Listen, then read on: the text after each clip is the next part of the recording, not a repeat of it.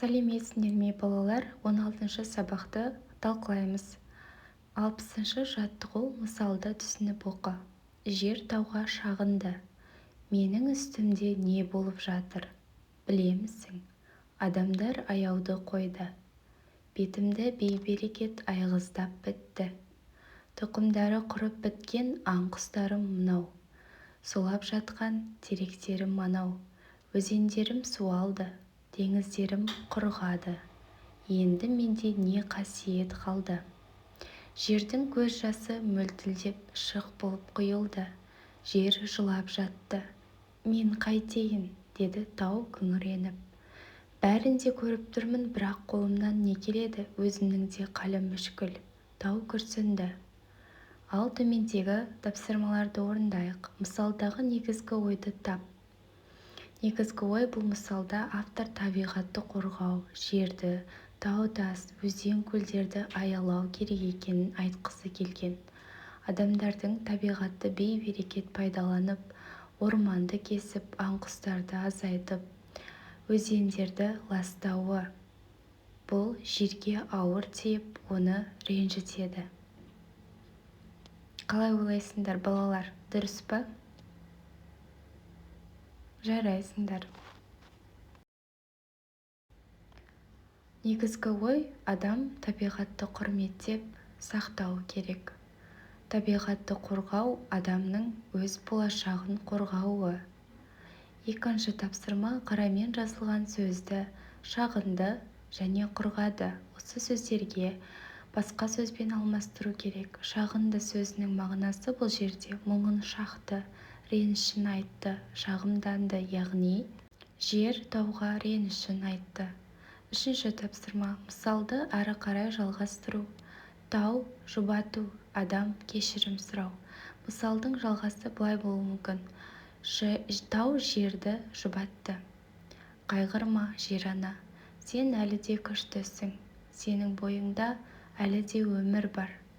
Осы кезде адам келді. Кешір мені, жер ана, деді ол. Мен қателестім. Орманыңды кесіп, аң-құстарыңды қырдым. Енді мен бәрін өзгертемін. Ағаш егіп, өзен-көлдерді тазартамын.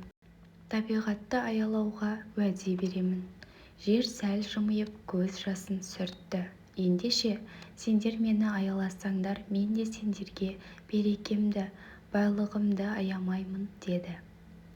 Тау басын изеп, бәрі үндемей келіскендей болды.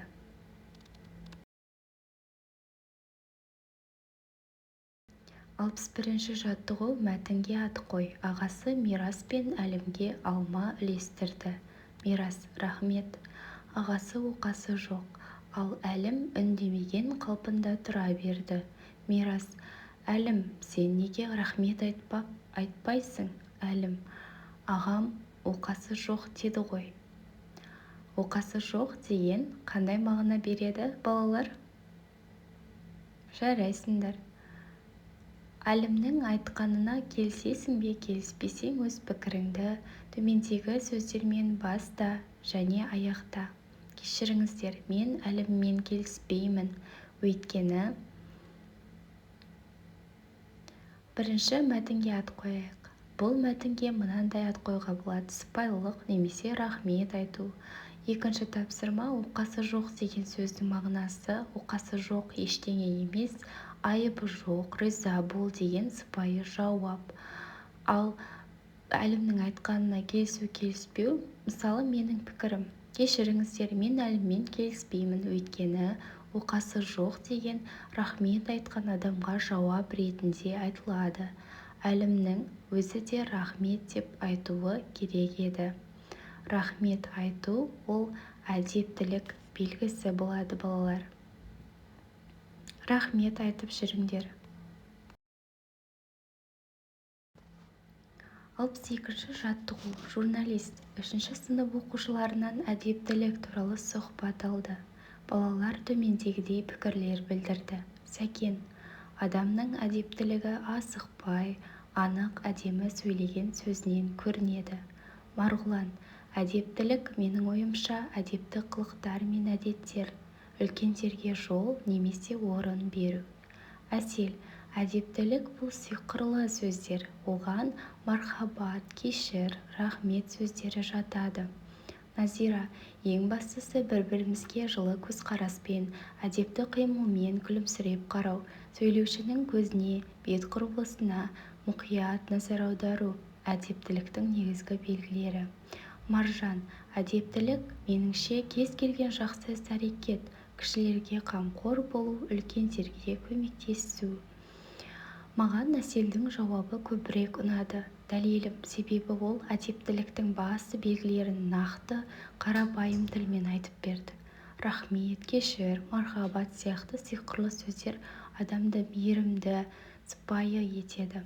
Бұл сөздер күнделікті өмірде де жиі қолданылады және адамдардың бір-біріне жылы қарым-қатынас жасауына көмектеседі.